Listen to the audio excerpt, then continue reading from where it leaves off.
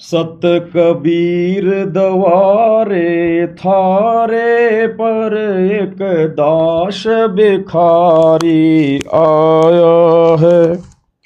सत कबीर दवारे थारे पर एक दास भिखारी आया है। भक्ति की भिक्षा दे दीजो मेद कटोरा लाया है। भक्ति की भिक्षा दे दीजो मेद कटोरा लाया है।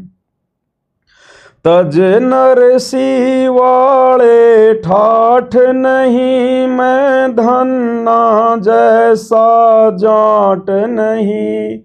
तज नरसी वाले ठाठ नहीं, मैं धन्ना जैसा जाट नहीं। मेरी मोर ध्वज सी साठ नहीं, जिसने लड़का चीर चढ़ाया है। मेरी मोर ध्वज सी साठ नहीं, जिसने लड़का चीर चढ़ाया है।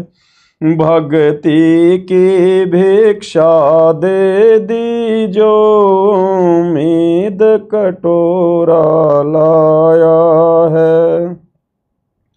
शेख फरीद जैसा तप नहीं, मेरा वाल्मीक जैसा जप नहीं। शेख फरीद जैसा तप नहीं, मेरा वाल्मीक जैसा जप नहीं। मंसूर सियानल हक नहीं, जिसने टुकड़े शरीर कराया है। मंसूर सियानल हक नहीं, जिसने टुकड़े शरीर कराया है। भक्ति की भिक्षा दे दीजो मेद कटोरा लाया है। भक्ति की भिक्षा दे दीजो मेद कटोरा लाया है। धूरु जैसी आश नहीं, प्रहलाद जैसा विश्वास नहीं। धूरु जैसी आश नहीं, प्रहलाद जैसा विश्वास नहीं। मेरा मीरा जैसा रास नहीं, जिसने रो और नाच रिझाया है। मेरा मीरा जैसा रास नहीं, जिसने रो और नाच रिझाया है। भक्ति की भिक्षा दे दीजो मेद कटोरा लाया है। भक्ति की भिक्षा दे दीजो मेद कटोरा लाया है। रंका बंका जैसा त्याग नहीं, मेरा बाजीद जैसा वैराग नहीं। रंका बंका जैसा त्याग नहीं, मेरा बाजीद जैसा वैराग नहीं। मेरा कर्मा जैसा भाग नहीं, जिसका आण खींचड़ा खाया है। मेरा कर्मा जैसा भाग नहीं, जिसका आण खींचड़ा खाया है। भक्ति की भिक्षा दे दीजो मेद कटोरा लाया है। भक्ति की भिक्षा दे दीजो मेद कटोरा। अब देखो और भाई और बहनों, ये ना सोचना जैसा शब्द में लिखा है परमात्मा ने कि मेरा कर्म जैसा भाग नहीं जिसका आण खींचड़ा खाया है। आप और हमारा भाग तो लाख और हजार कर्माओं से ज़्यादा पावरफुल है। कर्माबाई तो कुछ भी नहीं है। कर्माबाई को तो केवल परमात्मा ने उस पत्थर के रूप में दर्शन दिए और अपने हाथ आगे करके खिचड़ा खा लिया। आप और हमें तो भगवान ने, कबीर देव ने ओरिजिनल रूप में आकर दर्शन दे रखे हैं। कर्माबाई को भगवान ने अपनी शरण में नहीं लिया उसका गुरु बन के। आज आप और हमें गुरुदेव ने अपनी शरण में ले लिया। तो आप और हमारा भाग्य तो इन तमाम आत्माओं से लाखों गुना ज्यादा बढ़ के है। ये जितनी भी आत्माएं जिनका यहां जिक्र हो रहा है, इनको परमेश्वर ने कलयुग की पिछली पीढ़ी में शरण में नहीं लिया। आप और हमें गुरुदेव ने कलयुग की पिछली पीढ़ी में जन्म दिया, अपनी शरण में लिया इस मोक्ष के समय। इनको तो ना जाने और कितने कितने जन्म लेने पड़ेंगे। तो भाग्य की तुलना में तो आप और हम उनसे कहीं ज्यादा हैं। ये तो केवल इसलिए कहा जा रहा है कि भगत अपने आप को आधीन समझे कि परमात्मा मैं तो नरसी जैसा सेठ नहीं हूं जो आपके चरणों में अपनी संपत्ति में लुटा दूं। मैं तो वैसे ही भिखारी हूं परमात्मा। ये मालिक मैं तो धन्ना जैसा जाट नहीं हूं। मेरे तो अभी उसके जैसे इतने भाव नहीं है कि बीज को भी मैं बांट दूं आपके ऊपर विश्वास करके। तो ये जो कथाएं हैं, ये जो शब्द हैं, ये हमें आधीन बनाते हैं कि हमने इस प्रकार से अपने भगवान से, अपने गुरु से याचना करनी चाहिए। तब गुरुदेव भगवान प्रसन्न होकर कि मेरा भगत अपने आप को भिखारी समझ रहा है, तब गुरु भगवान दया करेगा। गुरु समान दाता नहीं, याचक शिष्य समान, तीन लोक की संपदा शो गुरु दीनी दान। तब गुरु दया करेगा आधीन देखकर। अन्यथा भाग्य की तुलना में तो आप और हमारे से बढ़कर ब्रह्मा विष्णु महेश भी नहीं है। विदुर विदुराणी जैसा सम्मान नहीं, मैं सम्मान जैसा यजमान नहीं। विदुर विदुराणी जैसा सम्मान नहीं, मैं सम्मान जैसा यजमान नहीं। और सेवूं ज्यों कुर्बान नहीं, जिसने शीस तो लेके लाया है। और सेवूं ज्यों कुर्बान नहीं, जिसने शीस तो लेके लाया है। भक्ति की भिक्षा दे दी जो उम्मीद कटोरा लाया है। भक्ति की भिक्षा दे दी जो उम्मीद कटोरा लाया। अब देखो, एक छोटा सा प्रसंग दास को याद आ गया परमात्मा के सत्संग का। विदुर विदुराणी जैसा सम्मान नहीं। भाई और बहनों, प्रत्येक शब्द में गहरी शिक्षा है। वीडियो लंबा हो जाएगा इसलिए शॉर्ट में चलेंगे। आज वर्तमान में साध संगति से जोड़कर जिस कदर परमात्मा आप और हमसे संघर्ष भी करवा रहे हैं और संघर्ष करने की हिम्मत भी दे रहे हैं, हमसे मर्यादा भी निभा रहे हैं, हमसे भक्ति भी करवा रहे हैं। और इतनी आध्यात्मिक क्रियाएं अगर किसी अन्य व्यक्ति से कहो तो वो व्यक्ति ये कहेगा, भाई साहब अगर तू मुझे महीने का ₹1,00,000 दे और कहे कि तू तेरे गुरु को 3 समय भोग लगा, तेरे गुरु की आरती उतार, तीनों समय की आरती कर, ऐसे तूने वो सत्संग सुनने हैं, ये मर्यादा हैं, वो कहेगा भाई साहब हाथ जोड़ूं मैं, तू ₹1,00,000 महीने का देगा तो भी मैं ये क्रिया नहीं कर सकता। और आप और हमसे गुरु जी करवा रहे हैं, केवल सत्सेवकों से, अन्य से नहीं, आश्रम वालों से नहीं। अब आने वाले समय में क्या होगा भाई और बहनों, इसके प्रतिफल में परमात्मा जो प्रसन्नता आप और हमसे जाहिर करेंगे, जितना प्यार परमेश्वर आने वाले समय में हिसार जेल से आने के बाद आप और हमसे करेंगे, जितना जल्दी सतलोक जाने की लिस्ट में नंबर आप और हमारा आएगा, उन आश्रम वालों का नहीं आएगा। क्योंकि उस समय तो परमात्मा कह देंगे भाई अब तो वो बात ही गई। अरे अब तो मेरे को बाहर देखकर इस महाविनाश के समय के बाद में और कोई है ही नहीं मेरे अलावा। अब तो मजबूरी में आ रहे हो तुम, मजबूरी में मुझे भगवान मान रहे हो। उस समय मानते जब सत्सेवक तुम्हारी गाड़ियां खा खा के, तुम्हारे मुकदमे झेल के, तुम्हारी मार पिटाई खा खा कर और मुझे परमात्मा मान रहे थे। अब तो वो बात ही गई, अब वो समय नहीं आएगा युगों युगों। फिर कभी कलयुग की पिछली पीढ़ी आएगी तब देखेंगे। एक समय जब ये महाभारत का युद्ध का दौर चल रहा था तो श्री कृष्ण जी शांति दूत बनकर गए थे दुर्योधन के वहां पर कि भाई रिश्तेदार हैं और युद्ध कोई अच्छी चीज नहीं है, अगर टल जाए तो बहुत अच्छी बात है। वो गए। अब दुर्योधन कहां मानने वाला था। अब दुर्योधन ने सोचा था कि श्री कृष्ण जी मेरे घर पर भोजन करेंगे, और उधर से पांडव सोच रहे थे कि श्री कृष्ण जी हमारे घर पे भोजन करेंगे, क्योंकि दुर्योधन श्री कृष्ण जी की जो है वो बुआ का लड़का था और पांडवों से उनकी सीधी रिश्तेदारी थी। श्री कृष्ण की बहन सुभद्रा की शादी अर्जुन से हुई थी। अब श्री कृष्ण जी दुविधा में फंस गया और वो वहां से निकल लिया कि ना तो दुर्योधन के यहां खाऊंगा, क्योंकि दुर्योधन तो है बिल्कुल अभिमानी व्यक्ति और ये साकट आदमी है, और परमात्मा कहते हैं साकट के वहां तो भोजन भी नहीं करना चाहिए। मालिक कहते हैं रतन जड़ाऊ मंदिर हैं और लख योजन स्थान, साकट सगाना बेटियों चाहे हो इंद्र समान।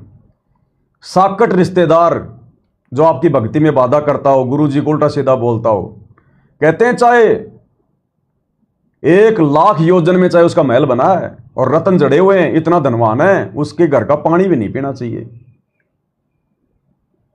तो ये सोचकर कि मैं पाप का भागी बनूंगा अगर मैं साकट का भोजन खाऊंगा, तो खिलाने को तो 56 प्रकार के जो खुद खाता था तो उनको भी वो खिलाता ही। और ये सोचकर कि अगर मैं पांडवों के वहां चला गया तो ये दुर्योधन साकट आदमी है, फिर ये नाराज हो जाएगा और ज्यादा अपने मन में दोष पैदा करेगा। तो ये सोचकर श्री कृष्ण जी तो बाईपास हो लिए, चुपचाप निकल लिए मथुरा के लिए जहां भी वो रहते थे। अब भाई और बहनों, वो परमात्मा सारा खेल खेलता है। अब उधर से थोड़े थोड़े भाव मन में आता था, लेकिन बेचारा ज्यादा भाव नहीं प्रकट करता था विदुर। वो सोचता था कि भगवान आए हैं, अगर मेरे झोपड़ी पे आ जाएं, मेरे घर पे भोजन कर लें, लेकिन वो कहने की हिम्मत नहीं करता था कि ये तो मथुरा नरेश है श्री कृष्ण, और जब इनके इतने बड़े बड़े रिश्तेदार हैं तो मेरे घर पर क्यों भोजन करेंगे। लेकिन उसके भाव थे, और कहते हैं साधु भूखा भाव का, धन का भूखा नाए। श्री कृष्ण तो चला गया, और श्री कृष्ण जी के रूप में ये समर्थ कबीर भगवान सतगुरु रामपाल जी और अपनी प्यारी आत्मा, अपने भक्ति बीज धर्मात्मा विदुर के घर पर चले गए, विदुर के घर पर। और उस समय भाई और बहनों, जो विदुरानी थी वो नहा रही थी। अब पहले बेचारे वो गरीब थे, हालांकि वो महामंत्री था दुर्योधन का, लेकिन वो बांदी का जाया था, उसी हिसाब से रहा करता था। आवश्यकता से ज्यादा वो, जैसे और मंत्री संतरी होते थे, लोगों को लूटा करते थे, डराया करते थे, धन ज्यादा ले लिया करते थे। वो केवल अपनी तनख्वाही लिया करता था और बिल्कुल अपनी झोपड़ी में रहा करता था। झोपड़ी में बाथरूम भी नहीं था, जैसे पहले हम देखा करते थे जब छोटे छोटे थे। हमारी माता बहनें, हमारी जो दादियां होती थी, जो बड़ी बूढ़ी, तो पहले बाथरूम नहीं थे गांव में 30-40 साल पहले। एक खाट को आडा करके, खाट को, चारपाई को, और उसके ऊपर कोई कपड़ा डाल के और फिर नहाया करती थी। तो विदुरानी बेचारी नहा रही थी। अब जाहिर सी बात है भाई, कपड़े उतार के नहाएंगे, बेचारी नहा रही थी। और उस समय जब उसने देखा कि श्री कृष्ण भगवान आए तो बंदी छोड़ते, लेकिन वो क्या जाने, जब विदुरानी ने देखा कि हमारी झोपड़ी में कृष्ण भगवान द्वारिकाधीश, तो परमात्मा कहते हैं कि राम वियोगी ना जीवे, जीवे तो बावड़ा होए, अपनी शुद्ध बुद्ध खो बैठी, शुद्ध बुद्ध। और गुरुदेव भगवान ने अपने पुराने सत्संग में अपनी प्यारी आवाज में बताया कि बच्चों, वो विदुरानी शुद्ध बुद्ध भूल गई अपने भगवान को देखकर, और वो नंगी दौड़ली नहाती हुई, कपड़े भी भूल गई, और भगवान के लिए उसने कोई बिछोना वगैरह लगाया। उसको शुद्ध बुद्धि नहीं है कि मैं नंगी हूं। केले रखे थे, कोई भगत दे गया था केले। देखो, गुरुदेव के प्रत्येक शब्द में बहुत गहरा रहस्य होता है। उस दिन उसके घर पर केले भी कोई भगत दे गया था, कोई बेचारे केले भी नहीं ला सकते थे, इतने गरीब थे। कोई भगत कोई आधा 1 किलो कोई वो केले रख गया था, उसने बिछाया जैसा भी था उसके घर पर, भगवान को बैठाया और केले छील छील के नंगी वहीं पर,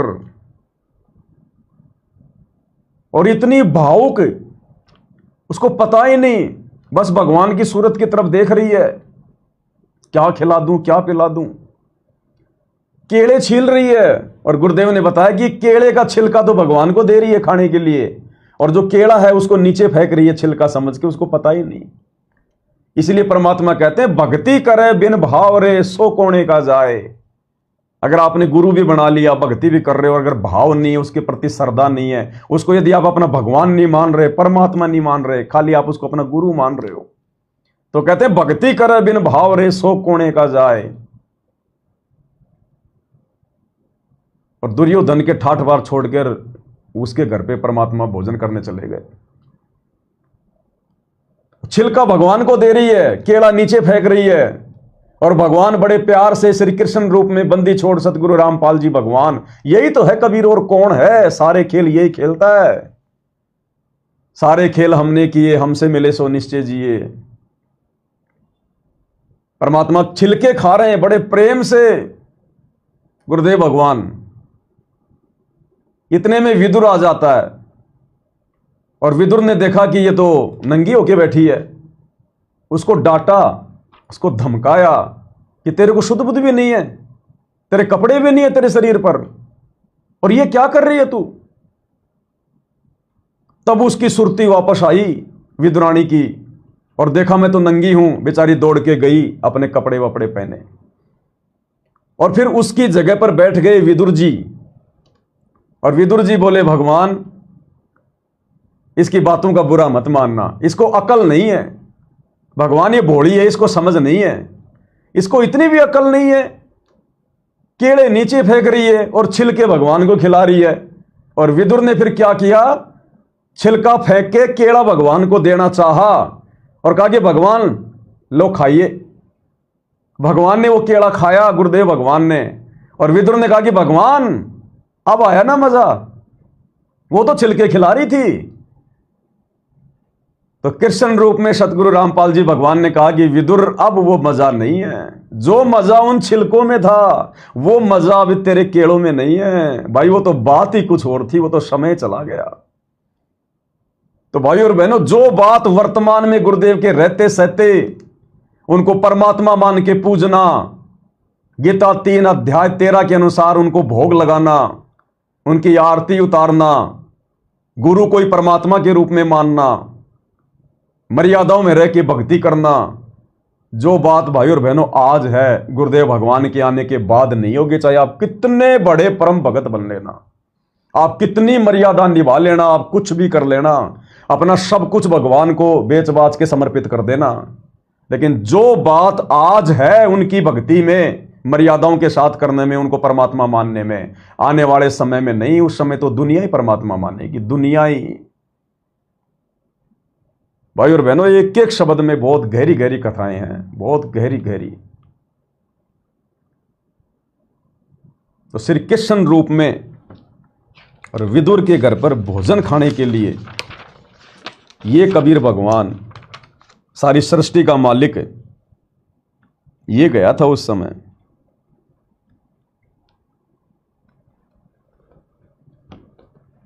और एक शब्द में भी देखो परमात्मा फिर हमें यही तो समझाते हैं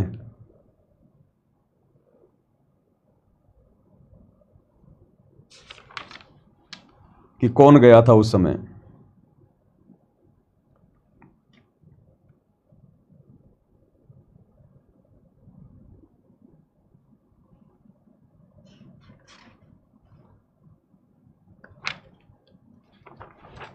शब्द है ना परमात्मा का, कौन सा है, जय बोलो बंदी छोड़ की, तुम मिलकर संगत सारी, पेज नंबर 30 के ऊपर है, पेज नंबर 30 के ऊपर, क्योंकि महिमा तो परमात्मा की है ना। ये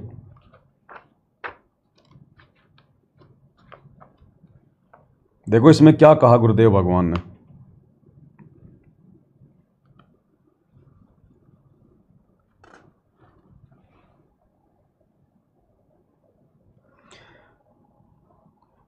द्रौपदी सुता के चीर बढ़ाया, नरसी के भरा भात जी। द्रौपदी सुता के चीर बढ़ाया, नरसी के भरा भात जी। क्योंकि ये परमात्मा की महिमा चल रही है, श्री कृष्ण जी की नहीं चल रही। तो जो द्रौपदी का जो चीर बढ़ाया था वो किसने बढ़ाया? कबीर भगवान सतगुरु रामपाल जी ने। निमित्त श्री कृष्ण जी को बनाया भले, लेकिन बढ़ाया किसने? कबीर भगवान ने। तो ये उनकी महिमा हो रही है। और नरसी के भरा भात जी, तो नरसी का भात किसने भरा था? इसी कबीर भगवान सतगुरु रामपाल जी ने, श्री कृष्ण जी ने नहीं भरा। इसी प्रकार द्रौपदी सुता के चीर बढ़ाया नरसी के भरा भात जी। द्रौपदी सुता के चीर बढ़ाया नरसी के भरा भात जी। दुर्योधन की मेवा त्यागी साग विदुर घर खात जी। दुर्योधन की मेवा त्यागी साग विदुर घर खात जी। बन आए कृष्ण मुरारी जय बोलो बंदी छोड़ किए। बन आए कृष्ण मुरारी जय बोलो बंदी छोड़ किए। तुम मिलकर संगत सारी। बनाए कृष्ण मुरारी, श्री कृष्ण जी का रूप बना के यही कबीर भगवान सतगुरु रामपाल जी, और उन्होंने वहां पर ये लीला की परमात्मा ने। तो हमें शिक्षा मिलती है इस घटना से भाई और बहनों कि परमात्मा भाव का भूखा है। परमात्मा हमारे ज्योति पाठ और दान का भूखा नहीं है, परमात्मा भाव का भूखा है। अगर मर्यादा नहीं है तुम कितना ही दान कर दो, कितना ही भक्ति कर लो, अगर भाव नहीं है, और भाव बनेंगे ज्ञान से। पहले ज्ञान होगा, उसके बाद फिर हम मर्यादा में रह के भक्ति करेंगे, फिर हमारे भाव बनेंगे, फिर हमारी आंखों से आंसू निकलेंगे। भगवान की चर्चा होते ही गुरुदेव कहते हैं ना, जरा सी भगवान की चर्चा चलेगी तुम्हारी आंखों से आंसू गिरना शुरू हो जाएंगे। तो समझ लो तुम्हारे पाप कर्म समाप्त हो चुके हैं, समाप्त। मारकंडे जैसा ऋषि नहीं, सुख देव ज्यों इंद्री कसी नहीं।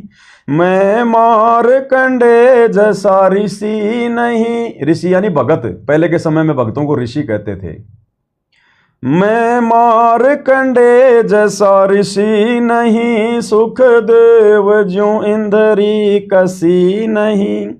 ये माया भी मन में बसी नहीं, जब से ज्ञान तेरा समाया है। ये माया भी मन में बसी नहीं, जब से ज्ञान तेरा समाया है। भक्ति की भिक्षा दे दी जो उम्मीद कटोरा लाया है।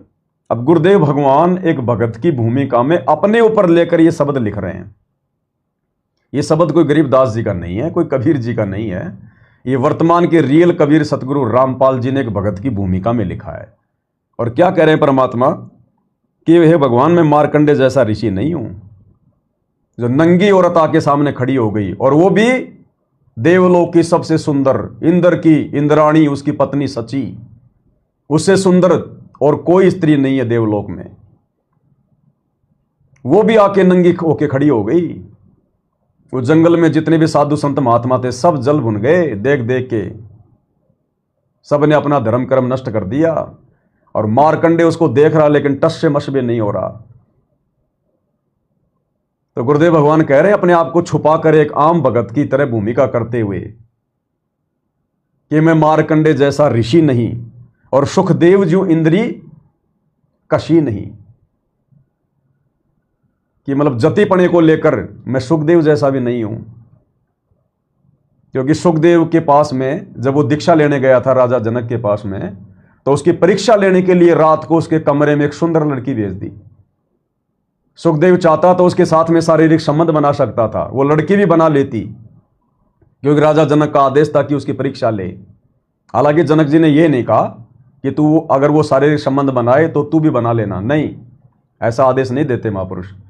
लेकिन वो लड़की भी जीव और सुखदेव भी जीव, कोई सतगुरु तो प्राप्त था नहीं उनको, और विषय वासना जब आपस में टकराती है तो कुछ भी हो सकता है। लेकिन सुखदेव ऋषि ने अपना जतिपना दिखाया। वो लड़की जैसे जैसे उसके नजदीक आती वैसे वैसे वो उससे दूर हटता चला जाता और अंत में कहा कि ए माई, ए बहन, ए बेटी, तू जा और मुझे आराम करने दे, मुझे विश्राम करने दे। तो उसने जाके राजा जनक को बताया। तो राजा जनक ने सोचा कि ठीक है, ठीक ठाक है भगत। और फिर आगे क्या कह रहे हैं गुरुदेव कि ये माया भी मन में बसी नहीं। अब ये माया के तो रूप है सारे, काम, क्रोध, लोभ, मोह, अहंकार, ये सब माया तो है। तो गुरुदेव भगवान फिर अपने आप को समर्थ भी साबित कर रहे हैं कि ये माया भी मन में बसी नहीं, कि ये माया मुझे प्रभावित नहीं कर सकी। जब से ज्ञान तेरा समाया है। तो आप और हमें शिक्षा दे रहे हैं गुरुदेव कि जब से आपको ये ज्ञान मिल जाए, आपको सतगुरु से दीक्षा मिल जाए, आप भगत बन जाओ, उसके बाद में आपने भी इसी प्रकार से रह के भक्ति करनी पड़ेगी। ये माया आपके मन में समानी नहीं चाहिए, ये काल आपको डगमग नहीं करना चाहिए। ये कामी, क्रोधी, लालची, इनसे भक्ति ना होए, भक्ति करे कोई सूरमा, जात वर्ण कुल खोए, ऐसी स्थिति में आ जाना चाहिए भगत। जब माया से दूर होंगे, माया के तो बहुत सारे रूप हैं, स्त्री भी माया है, शारीरिक संबंध बनाना भी माया है, आवश्यकता से ज्यादा धन कमाना भी माया है, मोह ममता भी माया है। तो गुरुदेव कहते माया भी मन में बसी नहीं जब से ज्ञान तेरा समाया है। यानी हम भक्तों ने भी ऐसा होना पड़ेगा, क्योंकि ये शब्द गुरुदेव ने आप और हमारे लिए बनाए कि हम भी ऐसे बनेंगे तब हमारी बात बनेगी। धर्मदास जैसा भक्ति सेठ नहीं, जीवा दत्ता जैसी उण सेठ नहीं। धर्मदास जैसा भक्ति सेठ नहीं, जीवा दत्ता जैसी उण सेठ नहीं। मेरा पीपा जैसा ढेठ नहीं, जिसने दरिया बीच बुलाया है। ढेठ यानी दृढ़ता, जैसे सीता और पीपा ने दरिया में छलांग लगा दी भगवान का नाम सुन के, और मजबूरन फिर भगवान को श्री कृष्ण का रूप बनाकर आना पड़ा, द्वारिका बाल गोपाल रचने पड़े।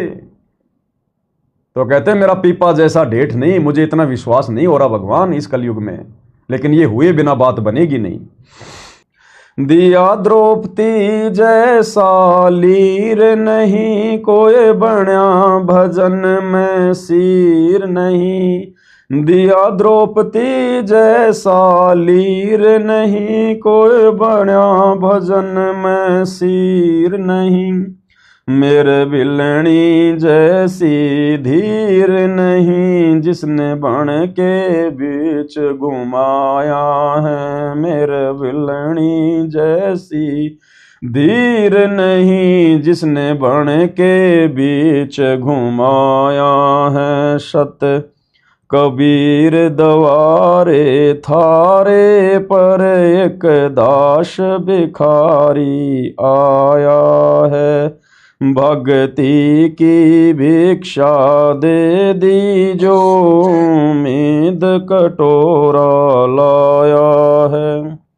भक्ति की भिक्षा दे दी जो, उम्मीद कटोरा लाया है। भक्ति की भिक्षा दे दी जो, उम्मीद कटोरा लाया है। क्या कह रहे हैं परमात्मा, देखो कितनी गहरी शिक्षा है भाई और बहनों। क्या कहा मालिक ने, दिया द्रौपदी जैसा लीर नहीं, कोई बड़ा भजन में सिर नहीं। और मेरे बिलड़ी जैसी धीर नहीं, धीर यानी धैर्य, कि हे परमात्मा अब इस कलयुग में, इस काल ने मेरे को ऐसा निकम्मा बना दिया, बिलड़ी जैसा धैर्य भी नहीं है, इतना संतोष भी नहीं रहा मेरे अंदर, जिसने बन के बीच घुमाया है। जो सबरी थी उसको भिलनी भी कहा जाता है, उसके गुरु मतंग ऋषि ने उसको बता दिया था कि ऐसे ऐसे भगवान आएंगे यहां। राम का नाम नहीं लिया कि रामचंद्र आएगा, श्री जो है दशरथ का बेटा आएगा, कि ऐसे ऐसे भगवान आएंगे, मतंग ऋषि ने पहले बता दिया था। अब मतंग ऋषि ने अपने गुरु की बात पर विश्वास करके, और शबरी ने भाई और बहनों हजारों वर्षों तक श्री रामचंद्र जी का इंतजार किया जंगल में, हजारों वर्षों तक। आप और हम सुनते हैं रोजाना जंगल से फूल तोड़ तोड़ के लाती, और अपनी झोपड़ी से और रास्ते में बिछा देती कि ना जाने कब मेरा भगवान आ जाए, कब मेरा मालिक आ जाए, कब मेरा परमात्मा आ जाए, मेरे राम आ जाए। वो तो दशरथ के बेटे को ही अपना राम समझ रही थी। भाई और बहनों, उसके ऐसे भाव देखकर, क्योंकि महिमा ये कबीर भगवान सतगुरु रामपाल जी की हो रही है, श्री रामचंद्र जी की नहीं हो रही। इन त्रिदेवों के रूप में सारी लीला यही कबीर भगवान करता है। उस भिलनी के भाव देखकर, उसका धैर्य देखकर, जिसने हजारों वर्षों तक, क्योंकि त्रेता युग में हजारों वर्षों की जो है वो आयु हुआ करती थी, उम्र हुआ करती थी, रोजाना राह देखा करती थी, रास्ता देखा करती थी, आज मेरे भगवान आएंगे, आज मेरे भगवान आएंगे। मेरी झोपड़ी के भाग आज जाग जाएंगे, राम आएंगे आएंगे राम आएंगे। रोज। अब रामचंद्र जी ने कहां आना था, भक्तों की खबर तो भगवान लेता है। श्री रामचंद्र का रूप बना के, लक्ष्मण का रूप धारण करके, ये तो अनंत कोटि कलाओं का स्वामी है, कितने भी रूप बना ले, कैसे कैसे भी, श्री रामचंद्र जी का रूप बना के, और ये परमात्मा आया वहां पर, सतगुरु रामपाल जी भगवान, उसके धैर्य को देखकर, उसके विश्वास को देखकर, और जितना भी लाभ परमात्मा ने देना था उस बिलनी के जूठे बेर खा के उसको दिए। ये आप और हमारे लिए शिक्षा है भाई और बहनों। वर्तमान में संगत मार खा गई, संगत वर्तमान में मार खा गई। 2014 में गुरुदेव भगवान के जेल जाने के बाद कोई सतनाम ले रहा है इन आश्रमों से जाके, कोई सार नाम ले रहा है, कोई सार शब्द ले रहा है। अरे जो नाम भगवान देने आता है, आपने अपने भगवान का इंतजार भी नहीं किया, और आपने इन मर्यादा विहीन लोगों से, जिनकी गलतियों के कारण 2014 बरवाला कांड हुआ, गुरुदेव भगवान देश दुनिया में बदनाम हुए और 12 साल से जेल में बैठे हैं, आपने उन्हीं गद्दारों से नाम ले लिया, आपने उन्हीं के ऊपर विश्वास कर लिया, आपने अपने भगवान का इंतजार नहीं किया। ये मार खा गई संगत यहां पर। ये कौन से दिन के लिए शब्द दिए थे भगवान ने, कौन से दिन के लिए सत्संग किए थे परमात्मा ने। अब वो तुम्हें कैसे सतलोक लेकर जाएगा? वो कह देगा बेटा जब सतलोक ले जाने वाला मंत्री तूने इन लोगों से ले लिया तो सतलोक भी तुझे ये ले जाएंगे। तूने मेरा इंतजार कहां किया कि ना जाने गुरुजी आएंगे या नहीं आएंगे, ना जाने उस नाम के अंदर ऐसा क्या है जिसको जप लूंगा तो मैं पता नहीं क्या बन जाऊंगा। अरे क्या बन जाएगा? गधा बनने के अलावा कुछ नहीं बन सकता जब तक गुरु का आदेश नहीं है, जब तक गुरु राजी नहीं है। अरे रोजाना देख रहे हो ये अपने कुकर्म करके तुम्हारे गुरु को खून के आंसू रुलाते हैं, और उन्हीं लोगों से तुम नाम दीक्षा ले रहे हो और सतलोक जाने की सोच रहे हो। संगत धोखा खा गई। एक सत्संग में गुरुदेव भगवान ने हमें क्या समझाया, क्या बताया, का फल आपको अवश्य मिल जाए। क्या कह रहे हैं मालिक, ध्यान से सुनो। और सूझे नहीं सजन सुख सागर, बिना प्रेम बैरागरे। कि हमारी भी तड़प, हमारी भी श्रद्धा जब तक शबरी जैसी नहीं होगी, हमारी बात नहीं बनेगी।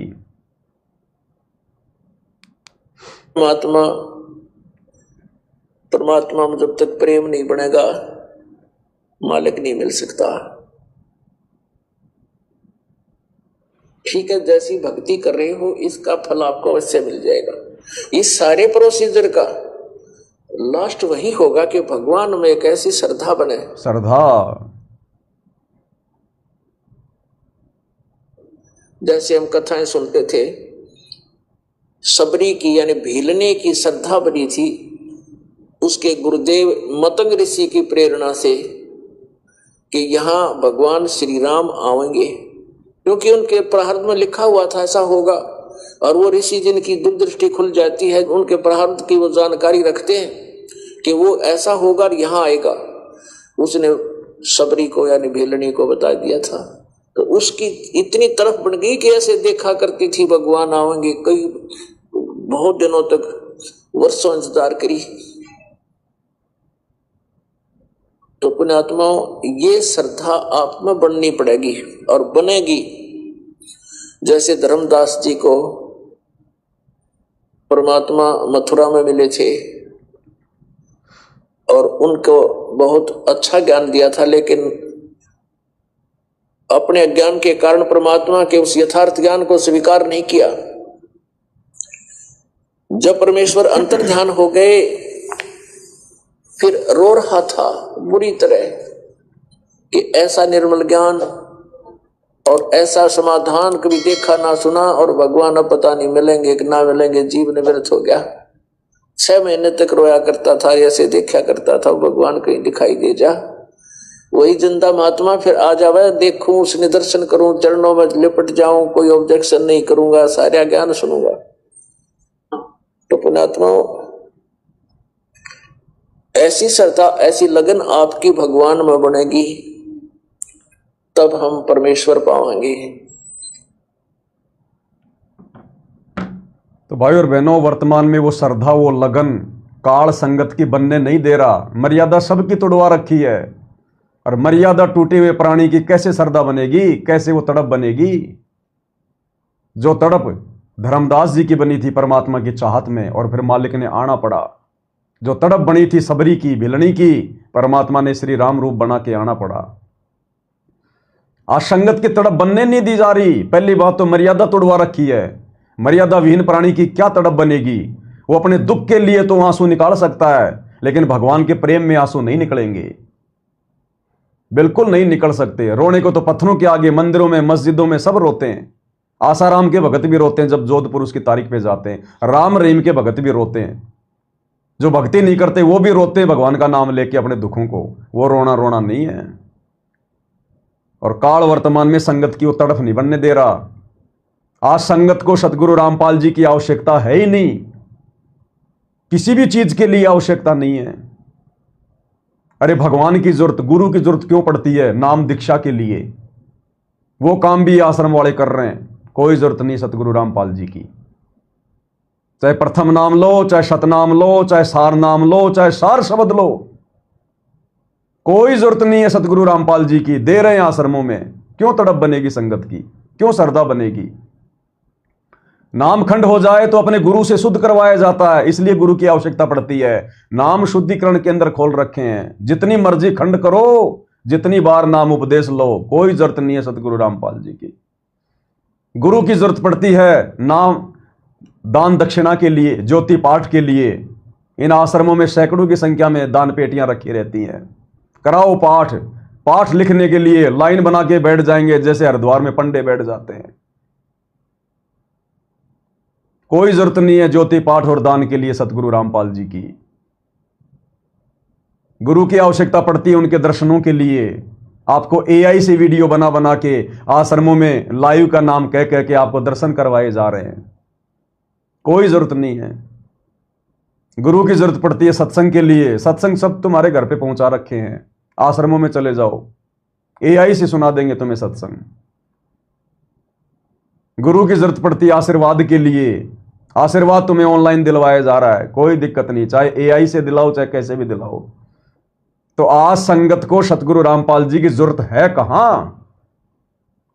जो संगत की श्रद्धा बनेगी, कोई तड़प बनेगी। ये तड़प और श्रद्धा तो सात संगतियों में बन रही है भाई बहनों की, क्योंकि हमें आवश्यकता अपने गुरु की। हमने अपने गुरु से नाम दीक्षा लेनी है। हमने सतनाम लेना है अपने गुरु से। हमने सार नाम सार शब्द लेना अपने गुरु से। हम अपने गुरु को ज्योति पाठ और दान का पैसा देंगे जब वो आएंगे।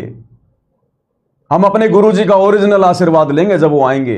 अन्यथा शब्द रूप में तो अपने घर पर ले रहे हैं विश्वास करके। तो आएंगे गुरुदेव अपनी विशेष आत्माओं के लिए।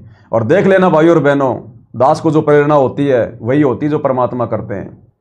जैसे गुरुदेव भगवान को लीलामय रूप से प्रथम नाम और शतनाम दोनों एक ही सप्ताह में मिल गए थे।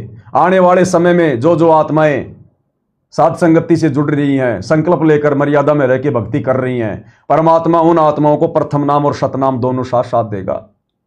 क्योंकि गुरुदेव ने एक सत्संग में कह रखा है, दास ने आपको सुना भी दिया था, नानक जी वाला। नानक जी को परमात्मा ने काशी जाते ही सतनाम दे दिया था, और 3 दिन पहले उनको बेई नदी पर उनको प्रथम नाम दिया था।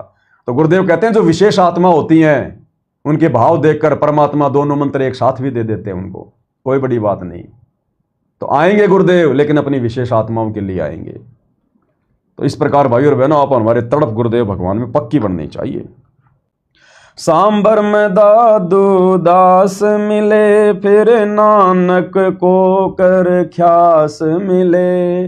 सांबर में दादू दास मिले, फिर नानक को कर ख्यास मिले। सुल्तानी को हो खवाश मिले, जिसका बिस्तर जाड़ बिछाया है। सुल्तानी को हो खवास मिले, नौकर बनकर मिले, जिसका बिस्तर झाड़ बिछाया है। भक्ति की भिक्षा दे दी जो उम्मीद कटोरा लाया है। भक्ति की भिक्षा दे दी जो उम्मीद कटोरा लाया। अर्जुन सर्जुन ने पहचान लिए, छोड़ानी में दर्शन आण किए। अर्जुन सर्जुन ने पहचान लिए, छोड़ानी में दर्शन आण किए।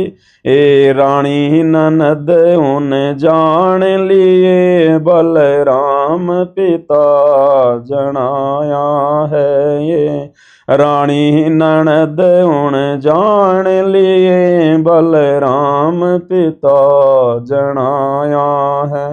भक्ति की भिक्षा दे दी जो उम्मीद कटोरा लाया है। भक्ति की भिक्षा दे दी जो उम्मीद कटोरा लाया। क्या कह रहे मालिक? अर्जुन सर्जुन ने पहचान लिए, छुडानी में दर्शन आन किए। किसको पहचान लिया अर्जुन सर्जुन ने? अपने गुरु को। कौन था उनका गुरु? काशी वाला कबीर। और कैसे पहचाना? गरीबदास जी के रूप में पहचान लिया, क्योंकि गरीबदास जी के रूप में खुद कबीर भगवान सतगुरु रामपाल जी ही थे। तो आप और हमसे तो अच्छे अर्जुन सर्जुन थे, जिन्होंने दूसरी बार अपने गुरु को पहचान लिया। एक बार धोखा खाकर 650 साल पहले उन्होंने धोखा खाया था, गुरु के प्रति मन में दोष आ गया था।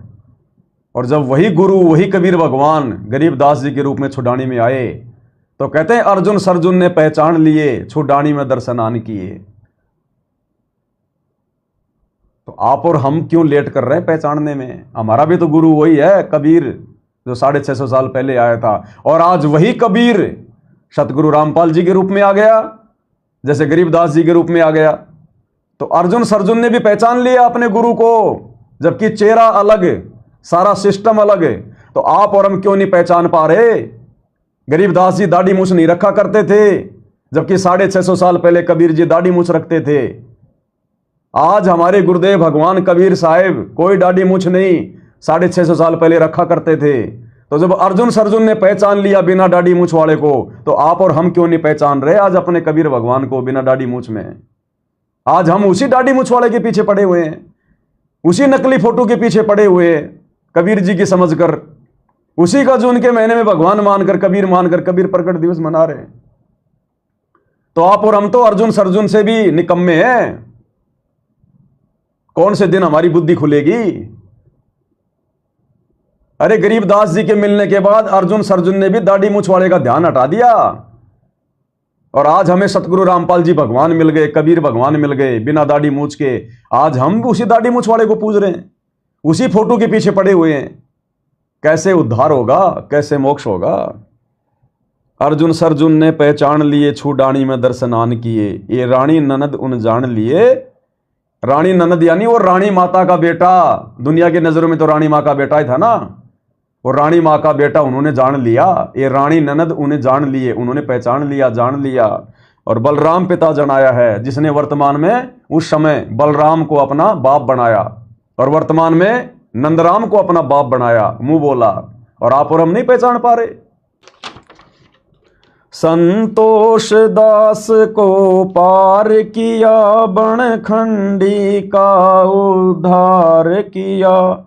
संतोष दास को पार किया, बनखंडी का उद्धार। एक भूमड़ भगत से प्यार किया जो शरणा थारी आया है। एक भूमड़ भगत से प्यार किया जो शरणा थारी आया है। भक्ति की भिक्षा दे दी जो उम्मीद कटोरा लाया है। भक्ति की भिक्षा दे दी जो उम्मीद कटोरा। क्या कह रहे हैं मालिक? संतोष दास को पार किया, बनखंडी का उद्धार किया। ये गरीब दास जी के दो परम शिष्य थे, संतोष दास और बनखंडी दास। केवल उनका इतना ही उद्धार हुआ है कि उनको फिर से मनुष्य जन्म मिलेगा। छुडाणी में निर्वाण होया, फिर सारणपुर परवान होया। छुडाणी में परमात्मा ने लीला की और उसके बाद में सारणपुर में जाकर परमात्मा अपनी प्यारी आत्मा भूमड़ भगत के बेरी के बाग में जाकर प्रकट हो गए। घिसा संत खे खड़े आण होया, जहां जीता दास चेताया है। घिसा संत खे खड़े आण होया, जहां जीता दास चेताया है। फिर वही कबीर भगवान घिसा संत के रूप में आया और जीता दास को अपना परम भगत बनाया। भक्ति की भिक्षा दे दी जो उम्मीद कटोरा लाया है।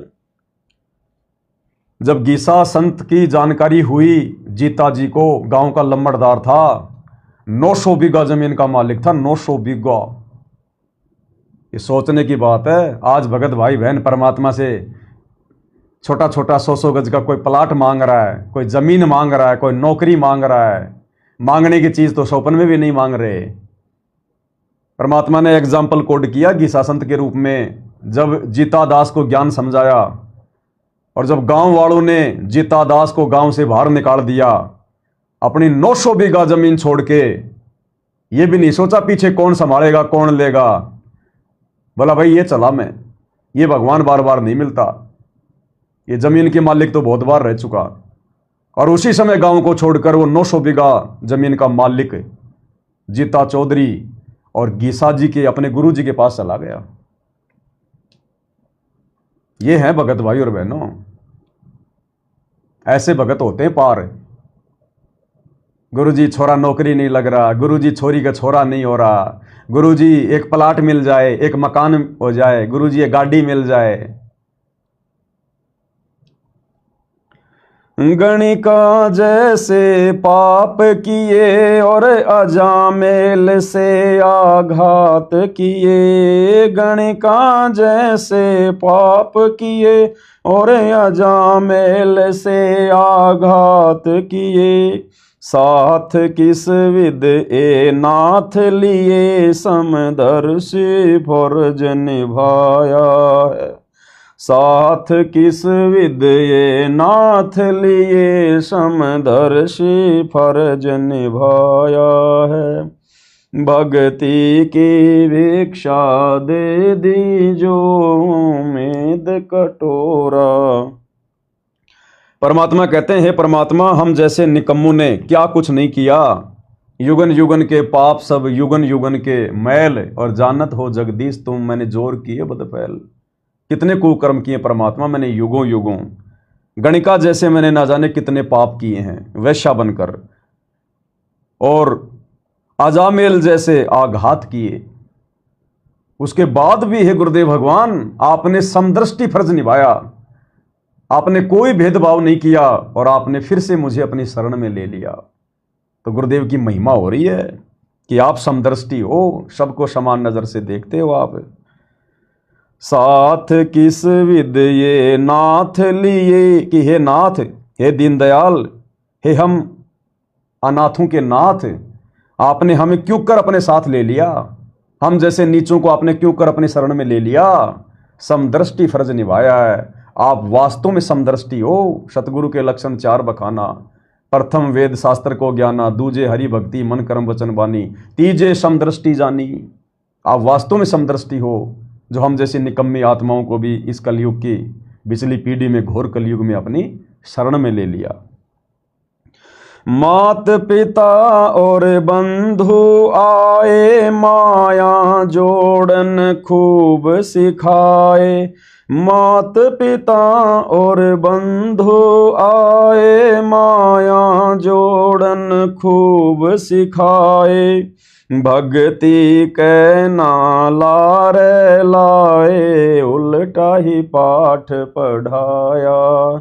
भक्ति के नाला रे लाए, उल्टा ही पाठ पढ़ाया है। भक्ति की भिक्षा दे दी जो उम्मीद कटोरा लाया है। भक्ति की भिक्षा दे दी जो उम्मीद कटोरा। मात पिता और बंधु आए, माया जोड़न खूब सिखाए। ये परमात्मा मुझे तो जो भी मिला, माता पिता भाई बंधु रिश्तेदार गांव वाले, सब ने केवल पैसा कमाने का तरीका बताया कि पैसे कमा, बड़ा आदमी बन, समाज में इज्जत होगी। ये परमात्मा भक्ति कहना लारे लाए, लारे यानी नजदीक, मुझे भक्ति के नजदीक कोई लेकर नहीं आया। मुझे किसी ने भक्ति से जुड़ने की शिक्षा नहीं दी, उल्टा ही पाठ पढ़ाया है। काल के जाल में फंसने वाला ही मेरे को पाठ पढ़ाया दुनिया ने। ये तो आपने दया करी सतगुरु, आपने कैसे मुझ नीच को अपनी शरण में ले लिया। जवानी के होती जात नहीं, कोई मिला भजन का साथ नहीं। जवानी के होती जात नहीं, कोई मिला भजन का साथ नहीं। मेरी सुनी तीसी मात नहीं, जिसने बेटा भगत बनाया है। मेरी सुनी तीसी मात नहीं, जिसने बेटा भगत। भक्ति की भिक्षा दे दी जो उम्मीद कटोरा लाया है। भक्ति की भिक्षा दे दी जो उम्मीद कटोरा लाया। हे परमात्मा, जब इंसान जवान होता है तो कहते हैं कि जवानी के होती जात नहीं। आप देखते हो बहुत सारे कांड हो जाते हैं, नीची जाति वालों के साथ में लोग बलात्कार वगैरह कर देते हैं, बहुत सारी घटनाएं हो जाती हैं, घटित होती रहती हैं। कोई दूसरे धर्म की औरत है, लड़की है, उसके साथ में ज़बरदस्ती कर लेते हैं। और वैसे मुसलमानों से नफरत, छोटी जाति वालों से नफरत। और जब वो काल प्रेरणा मन में उठती है तो कोई जाति धर्म नहीं देखता, आदमी बदसलूकी कर देता है। उस समय नहीं देखता कि ये लड़की नीची जाति की है, या फिर ये मुसलमान धर्म की है, या किसी दूसरे धर्म की, या फिर ये कोई हिंदू धर्म की है। तो परमात्मा कहते हैं ये जो जवानी का समय है ना, ये बिल्कुल अंधा समय होता है। जवानी की कोई जात नहीं होती, काल कुछ भी कुकर्म करवा देता है। तो हे परमेश्वर, आपने इस उम्र में, जिस उम्र में लोग भक्ति की तरफ झांक कर भी नहीं देखते, और आपने मुझ जैसे नीच को इस उम्र में आपने शरण में ले लिया। अगर आज आपके शरण में ना होता, ना जाने परमात्मा मैं कितने कुकर्म करता, कितने अपने जो है वो कर्म फोड़ता। और कोई भजन का साथ नहीं, कोई मुझे भक्ति मार्ग के बारे में कोई बताने वाला नहीं। तो कहते हैं जवानी के होती जात नहीं, कोई मिला भजन का साथ नहीं। और मेरी सुनीति सी मात नहीं, जिसने बेटा भगत बनाया है। ध्रुव की माता का नाम गुरुदेव ने बताया सुनीति। सुनीति ने अपने बेटे को भगत बनाया। वो चाहती तो उसको भी राजपाट में उड़ जाती थी, लेकिन जब ध्रुव के पिता ने दूसरी शादी कर ली, उसी की मौसी थी वो, सुनीति की छोटी बहन, और उसने राजा को कह के ध्रुव की माँ को और ध्रुव को बाहर निकलवा दिया। और रोजाना का 1.25 सेर अनाज देती उनको, रोजाना का, बस इतना ही खाने को मिलेगा, 1.25 सेर। अब भाई और बहनों, उस समय ध्रुव के समय में 1.25 सेर अनाज, आदमी की 60-60 70-70 फीट की हाइट है, और 1.25 सेर अनाज से क्या हो। लेकिन उन दोनों माँ बेटों ने टाइम पास किया 1.25 सेर अनाज खाकर। जब ध्रुव बड़ा हुआ थोड़ा 5-6 साल का, तो वहाँ कोई फंक्शन था, तो वो ये सोचकर कि ये मेरा पिता है राजा, उसकी गोद में जा बैठा। ध्रुव की माता को, उसकी ध्रुव की जो मौसी थी, उसको ये अच्छा नहीं लगा, और उसने क्या किया, उसने ठोकर मारी ध्रुव को, वहीं से लात मारी, पिता की गोदी से नीचे गिरा बेचारा। अब बाप क्या करे, वो बूढ़ा था, मजबूरी थी, कुछ नहीं बोला। ध्रुव रोता रोता अपनी माँ के पास आया। माँ ने पूछा क्या हुआ, बोले मौसी ने ऐसे ऐसे मुझे पिताजी की गोदी से नीचे गिरा दिया। तो माँ ने कहा कि बेटा मैंने तेरे को कहा ना था, तू क्यों जाता है वहाँ पर, बेटा हमारा राज नहीं है। तो ध्रुव ने कहा कि माँ राज कौन देता है। ध्रुव ने कहा कि माँ राज कौन देता है, राज कैसे मिलता है। अब वो मेन पॉइंट था भाई और बहनों, उस समय मेन पॉइंट। अगर ध्रुव की माँ यदि उसको उल्टा पाठ पढ़ा देती कि बेटा बड़ा होके और तीर वगैरह सीख, तलवार वगैरह सीख, लोगों को अपने साथ में ले, सेना तैयार कर, फिर तू लड़ाई कर, युद्ध कर, और जो युद्ध में जीत गया वो राजा बनेगा, ध्रुव वहीं से बिगड़ जाता। लेकिन उसकी माँ कहते हैं मेरी सुनीति सी मात नहीं जिसने बेटा भगत बनाया है। सुनीति ने कहा कि बेटा भगवान देता है राज। भगवान कैसे देगा माँ, भगवान की भक्ति करने से देगा बेटा। गुरुदेव कहते हैं ना जतन चाहिए राजपाट तो धर ले ध्यान हमारा, कि ये राजपाट भी तुझे मेरी भक्ति से मिलेगा, दूसरा कोई तरीका नहीं, चाहे सिर पटक के मर जाना। तो ध्रुव के पक्की जम गई, क्योंकि बालक था, माँ के वचन पे विश्वास कर लिया। बोले माँ अब तो मैं भगवान को प्रसन्न करके रहूंगा, भगवान से राज ही लेके रहूंगा। और जंगल की तरफ निकल लिया परमात्मा के लिए। 5-6 साल का बच्चा। अब वो दीनदयाल परमात्मा, कबीर साहिब, सतगुरु रामपाल जी भगवान, अपनी ऐसी आत्माओं के पीछे पीछे फिरता है परमात्मा। गोता मारूं स्वर्ग में, जा बैठूं पाताल, गरीब दास ढूंढता फिरूं अपने हीरे मोती लाल। आप और हमारे लिए परमात्मा ना जाने कब से हमारे कैसे कैसे शौक पूरे कर रहे हैं भगवान। ध्रुव निकल लिया, बोले भगवान से राज ही लूंगा, अब तो तभी आऊंगा वापस। बहुत रोका उसकी माँ ने, लेकिन नहीं माना। उसके बाप ने भी रोका फिर कि बेटा मैं तुझे आधा राज्य दे दूंगा। बोला नहीं, अब तो भगवान से ही राज लूंगा, भगवान से। और जंगल में चला गया, धुन लग गई पक्की। अब वो समर्थ परमात्मा, उसे देखा थोड़ी जाता है। परमात्मा नारद जी का रूप बना के आ गए, रास्ते में मिल गए। बोला कहाँ जा रहा बेटा, बोलो भगवान की भक्ति करने जा रहा हूं। किस लिए, बोलो राज लूंगा। तो परमात्मा ने नारद रूप में कहा कि बेटा भगवान ऐसे थोड़ी मिलता है जंगल में, कोई जानवर थोड़ी है भगवान जो तो उसको पकड़ लेगा, कोई पेड़ के बांध रखा किसी ने। भगवान पाने के लिए गुरु बनाना पड़ता है। उसी समय नारद जी के पैर पकड़ लिए ध्रुव ने। कोई पिछले संस्कार थे, पिछले जन्म से होत है पूर्ण हंस मुराद। उसी समय नारद जी के पैर पकड़ लिए, बोले आपसे अच्छा गुरु फिर मुझे और कौन मिलेगा। फिर परमात्मा ने उसको मंत्र दिया, उसने मंत्र जाप किया, और फिर आगे चलकर मालिक ने अपनी आत्मा के लिए ऐसी परिस्थितियां बना दी। जो ध्रुव का भाई था, उसकी मौसी का लड़का उत्तम, वो राजा था, लेकिन एक राजा के साथ में वो लड़ाई में मारा गया। फिर ध्रुव ने युद्ध किया और ध्रुव उस युद्ध में जीत गया, उसको राज्य भी मिला। और जो उत्तम की जो पत्नी थी वो भी फिर ध्रुव के साथ में ब्याह दी गई, क्योंकि उस समय वो कई शादियां हो जाती थी उनकी। तो जब वो कबीर भगवान सतगुरु रामपाल जी जब उस ध्रुव की तपस्या से, उसकी भक्ति से जब वो प्रसन्न हुआ, तो कहा बेटा मांग, क्या मांगता है। तो कहा कि भगवान राज दे दे। तो परमात्मा ने कहा रे नादान, तूने मांगा भी तो क्या मांगा, अरे मेरे से तो मोक्ष मांगता, मोक्ष। अरे ये राज तो तू नहीं मांगता तो भी मैं तेरे को देता बेटा, ये राज तो मैं तेरे को फिर भी देता, क्योंकि अंतर्यामी हूं, तेरे मन में है क्या। अरे मेरे से तो मोक्ष मांगता, तूने क्या मांग लिया, ये राज तो मैं तेरे को वैसे दे देता। तो पता नहीं गुरुदेव भगवान कहते हैं कितने 40,000 वर्ष या 30,000 वर्ष तक ध्रुव ने राज किया, और उसके बाद परमात्मा ने उसको स्वर्ग में भेजा। तो भाई और बहनों, वही समर्थ, वही कबीर भगवान आज आप और हमारे गुरु के रूप में है। क्या नहीं दे दे परमात्मा, लेकिन इस समय हमारी मनमानियां पूरी नहीं करेगा। आज से पहले कर चुका वो ध्रुव, प्रहलाद, मंसूर, पता नहीं जीवा दत्ता, धर्मदास, नरसिंह भगत, मीराबाई, और अर्जुन सरजुन, संतोष दास, बनखंडी दास। अरे आप और हम ही तो हैं वो आत्माएं जिनके लिए भगवान उस समय वो पत्थर से प्रकट हो गया। कर्माबाई, नामदेव, आप और हमारे लिए, आप और हम ही हैं वो जिनको कलयुग की पिछली पीढ़ी में भगवान ने फिर से मौका दिया है। तो अब हमने केवल मोक्ष, अब की बार 84 से पार। और फिर भगवान राज भी तो दे रहा है ना, काम ना कर रहा है कि सतलोक में चल, 4 मुक्ति जहां चंपी करती माया होरी दासी, और दास गरीब अभय पद पर से वो मिले राम अविनाशी। ये तेरे को वो राज दूंगा जो राज यहां ब्रह्मा विष्णु महेश के पास भी नहीं है। तेरे को राज भी दूंगा और तेरे को अमृतत्व भी दूंगा, सदा सदा का मोक्ष भी दूंगा, जन्म मरण से छुटकारा भी दूंगा, 84 लाख से भी बाहर निकालूंगा। सब कुछ तो दे रहा भगवान हमें, और यहां भी सुख देगा, यहां भी ठाट बाट करवाएगा परमात्मा।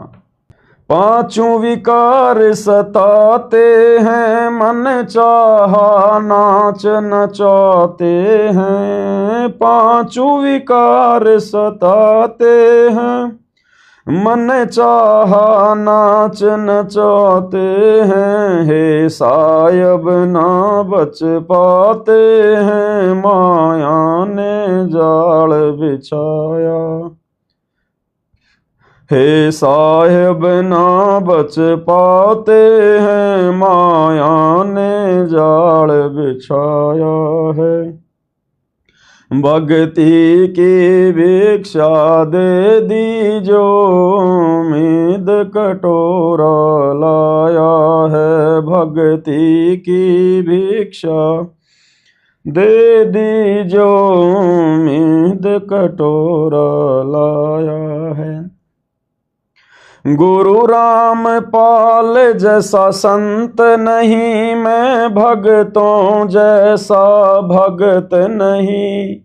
गुरु राम पाल जैसा संत नहीं, मैं भगतों जैसा भगत नहीं। मुझ दास को चाहिए जगत नहीं, एक थारा ही शरणा चाहा है। मुझे दास को चाहिए जगत नहीं, एक तेरी ही शरणा चाया है। भक्ति की भिक्षा दे दी जो उम्मीद कटोरा लाया हूँ। भक्ति की भिक्षा दे दी जो उम्मीद कटोरा लाया हूँ। सत कबीर द्वारे थारे पर एक दास भिखारी आया है। भक्ति की भिक्षा दे दी जो उम्मीद कटोरा। तो भाई और बहनों, मालिक की बहुत बड़ी मेहर, बहुत बड़ी दया, इसी से परमात्मा प्रसन्न होते हैं, भक्ति से। और उनको परमात्मा मानकर जब उनकी महिमा होती है तो भाई और बहनों, ये देवी देवता भी ऊपर से कान लगा के सुनते हैं। ये जो महिमा हो रही है परमात्मा की सोशल मीडिया के माध्यम से, आप और हम सभी भगत भाई बहन मिलकर सुन रहे हैं। दास को परमात्मा ने निमित्त बना रखा है। भाई और बहनों, आने वाले समय में पता चलेगा, देवता भी ऊपर से सुन रहे हैं, देवता भी, और तरस रहे हैं। आप और हम तो आपस में राग द्वेष में सड़ रहे हैं, और ऊपर से देवलोक से देवता भी देख रहे हैं आप और हमें कि धन्य है इन भक्तों के माँ बाप, जिनसे इनका जन्म हुआ, जिनको सतगुरु की महिमा का सौभाग्य मिला घोर कलयुग में। हमारा कब नंबर पड़ेगा? वो देवता भी ऊपर से देख रहे हैं, हमारे हर कर्म को देखते हैं ऊपर से वो देवता, हमारे हर कर्म को। जब सतयुग में राजा हरिश्चंद्र की जब वो परीक्षा का समय था, तो ऊपर से देवताओं ने भेजा था विश्वामित्र को उसकी परीक्षा लेने के लिए। वो विष्णु का भगत था, और उस समय विष्णु रूप में कबीर भगवान सतगुरु रामपाल जी जाके बैठ गए। सारे देवता गए उसके पास, बोले भगवान ऐसे ऐसे, बोले उसकी परीक्षा लेंगे। तो भगवान ने कहा, भाई उसने तुम्हारा क्या बिगाड़ दिया? लेकिन ये राग द्वेष छल कपट तो ऊपर तक चल रहा है कि महिमा कहीं हमारी जो है कम ना पड़ जाए। तो सारे देवताओं ने मिलकर और कहा कि भगवान नहीं, उसकी परीक्षा लेंगे। तो विष्णु रूप में कबीर भगवान सतगुरु रामपाल जी ने कहा कि भाई राजा हरिश्चंद्र मेरा भगत है, और तुम उसको तोड़ नहीं पाओगे, तुम्हारे को मुंह की खानी पड़ेगी। देवता कहाँ मानने वाले थे? विश्वामित्र को तैयार कर दिया परीक्षा के लिए, और गुरुजी हमें कथा में सुनाते हैं किस किस प्रकार से उसको राज्य विहीन कर दिया। उसकी पत्नी बिक गई, खुद बिक गया, बेटा उसका वो मर गया, शमशान घाट पे नौकरी कर रहा है, ढंग से खाने को दाने नहीं। और ऊपर से वो देवता लोग देखा करते थे कि शायद अब ये अपना विश्वास तोड़ दे, अब ये अपना सत तोड़ दे। इसलिए परमात्मा कहते हैं, सत ना छोड़े सूरमा, सत छोड़ा पत जाए, और सत के बांधे लक्ष्मी फिर मिलेगी आए। अगर विश्वास बना रहा तेरा भक्ति पर, तेरे भगवान पर, तो परमात्मा तो तुझे अंत में संभालेगा। अब वो परीक्षा का समय था, ऊपर से देवता भी देख रहे थे। तो आज भाई और बहनों, उससे भी भयंकर समय है, उससे भी बड़ा समय उससे भी बड़ी परीक्षाएं चल रही हैं आप और हमारी 2014 के बाद से। देवता तो छोड़ो, काल देख रहा है, काल भी देख रहा है कि ये कैसे टूटेंगे, कैसे इनकी मर्यादा तोड़ूं मैं। जैसे विश्वामित्र पूरी कोशिश कर रहा था हरिश्चंद्र की मर्यादा तोड़वाने की, उसका शत तोड़वाने की, तो आज वो काल पूरी कोशिश कर रहा है हमारा विश्वास डगमग करने की, हमारी मर्यादा तोड़वाने की, गुरुजी से विश्वास तोड़वाने की। तो देव देवता तो छोड़ो, वो काल भी नजर टिका के बैठा है, हमारी हर हरकतें देख रहा है। और जब हम इस प्रकार की महिमा करते हैं गुरुदेव भगवान की, उन्हीं के आशीर्वाद से जीव की औकात नहीं है, तो वो भी रोता है कि ये गई मेरे हाथ से आत्मा, गई मेरे हाथ से। और देव देवता सुन सुन के महिमा सतगुरु भगवान की वो प्रसन्न हो रहे हैं। अब ये कलयुग की बिचली पीढ़ी है, परमात्मा ये प्रत्यक्ष में चमत्कार नहीं करवाना चाहता, अन्यथा वो तो ऊपर से फूल भी बरसा रहे हैं। मैं देख नहीं रहा, लेकिन गुरुदेव के ज्ञान आधार से बता रहा हूं। अरे जब ब्रह्मा विष्णु जब विष्णु जी ब्रह्मा जी दो भाई आपस में लड़ रहे थे, और जब ये देवता उनके ऊपर फूल बरसा सकते हैं, तो यहां तो भगवान की महिमा हो रही है, यहां तो जोड़ियां भर भर के फूल बरसा रहे होंगे ऊपर से और गिर रहे हैं, लेकिन भगवान हमें देखने नहीं दे रहा। ये कलयुग की बिचली पीढ़ी है, ज्ञान आधार का मार्ग है, चमत्कार का मार्ग नहीं है। ये देवता ऊपर से फूल बरसा रहे हैं भगत भाई बहनों पर, जो महिमा कर रहे हैं और जो सुन रहे हैं। एक ने कही दूजे ने मानी, कहे कबीर वो दोनों ज्ञानी। तो भाई और बहनों, अपना सत मत छोड़ना, अपनी मर्यादा मत तोड़ना। आपकी बार ये हमारी अग्नि परीक्षा चल रही है। गुरुदेव भी बार बार कहते हैं, बच्चों तुम्हारी अग्नि परीक्षा चल रही है।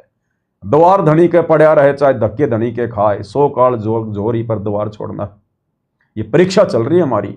देवता भी देख रहे हैं ऊपर से कि इनमें से कौन कौन सफल होगा और कितने अंत में अपना सत छोड़ेंगे।